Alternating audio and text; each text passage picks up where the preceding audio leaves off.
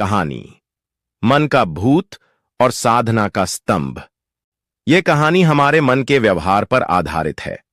एक बार की बात है, एक साहूकार को अचानक एक भूत मिल गया। भूत ने कहा, मैं तुम्हारा सेवक बनना चाहता हूं, लेकिन एक शर्त है, तुम्हें मुझे लगातार कोई ना कोई काम देना होगा। अगर मेरे पास काम नहीं रहा तो मैं तुम्हें खा जाऊंगा। साहूकार ने सोचा, यह तो अच्छा सौदा है। मैं इसे दिन रात काम में लगाए रखूंगा और अपना सारा काम झटपट करवा लूंगा। भूत को काम दिया गया, खेत जोतना, दुकान का हिसाब किताब, घर की सफाई, गोदाम का प्रबंधन। लेकिन भूत तो चमत्कारी था। वह हर काम पलक झपकते ही कर डालता। काम खत्म होते ही वह साहूकार के पास आता और कहता, अब अगला काम बताओ, वरना मैं तुम्हें खा जाऊंगा। साहूकार को अब चिंता सताने लगी। वह जल्दी जल्दी उसे और काम देता, लेकिन काम इतनी तेजी से पूरे होते कि डर और बढ़ता जा रहा था। भयभीत होकर साहूकार एक संत के पास पहुंचा और सारी बात बताई।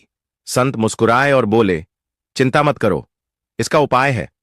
तुम एक लंबा लोहे का खंभा जमीन में गाड़ दो और उस भूत से कहो कि दिन भर इस खंभे पर ऊपर चढ़े और नीचे उतरे। जब तक वह यह करता रहेगा तब तक वह तुम्हें नहीं खाएगा। साहूकार ने वैसा ही किया। भूत अब सारा दिन उसी काम में लगा रहा, कभी ऊपर कभी नीचे। उसका उग्र स्वभाव शांत हो गया और साहूकार राहत की सांस लेने लगा। संत ने फिर साहूकार से कहा, यह भूत दरअसल तुम्हारा मन है। अगर इस मन को तुम अच्छे कामों, भक्ति, सेवा और ध्यान में नहीं लगाओगे तो यह तुम्हारे जीवन को निगल जाएगा। मन को लगाम में रखने के लिए उसे लगातार अच्छे कर्मों में, सिमरन में और आत्मनिरीक्षण में लगाना होगा। मन भी ठीक उसी भूत की तरह है।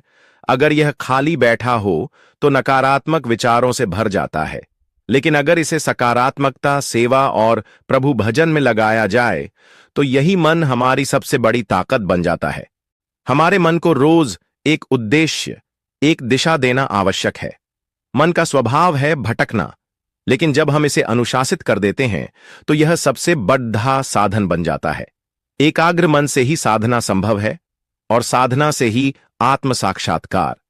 संत महात्मा हमें हमेशा यह सिखाते हैं कि जैसे कोई किसान रोज अपने खेत की निराई गुड़ाई करता है, वैसे ही हमें भी अपने मन की देखभाल करनी होती है।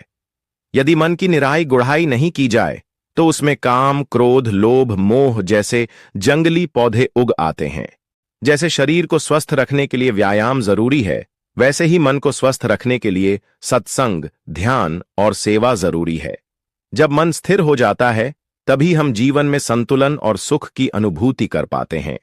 इसलिए संत महात्मा सदैव कहते हैं, मन को भजन, सिमरन और सेवा में लगाओ, ताकि वह तुम्हारे ऊपर हावी न हो बल्कि तुम्हारा साथी बन जाए।